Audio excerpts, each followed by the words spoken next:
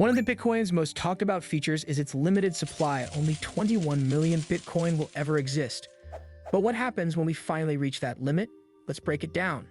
New Bitcoin comes into existence through a process called mining. Miners use powerful computers to solve complex puzzles, which allows them to add new blocks of transactions to the blockchain. As a reward, they earn some Bitcoin. In the early days, miners earned 50 Bitcoin per block. That's called block rewards. But every 4 years, something called a Bitcoin halving occurs, cutting that reward in half. So far, there have been 3 halvings. The last halving was in April 2024, dropping the reward to 3.1 Bitcoin. Fast forward into the future, and eventually, block rewards will hit 0.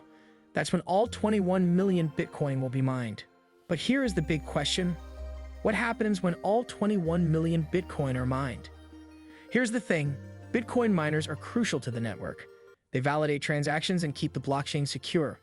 Without miners, Bitcoin can't function. So how do we keep miners motivated when block rewards disappear? In addition to block rewards, miners earn transaction fees.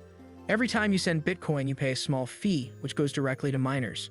The hope is that by the time rewards are gone, Bitcoin will be so widely adopted or its price so high that transaction fees alone will make mining worthwhile.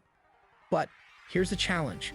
Right now, fees only make up a small part of miners' income, except during bull markets or special events like the rise of Bitcoin ordinals, which caused fees to spike recently. Aside from fees, miners have other ways to stay profitable. 1. Cheap or free energy. Some miners use renewable energy like wind or solar power. With super low costs, they can keep mining even when profits are slim. 2. Demand response programs. Miners can partner with electricity grids, especially in places like Texas. These programs pay miners to temporarily shut down their operations when the grid is under heavy load.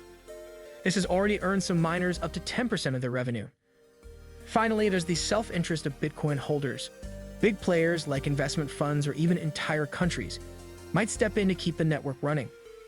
Imagine Bitcoin as a global reserve currency.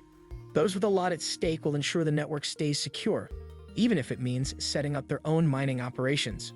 So here's the question, will Bitcoin survive without block rewards? It's hard to say for sure, but Bitcoin has proven resilient time and time again. Whether it's transaction fees, renewable energy, or new incentives, the network will likely evolve to meet the challenge. What do you think? Can Bitcoin thrive on fees alone? Let me know in the comments.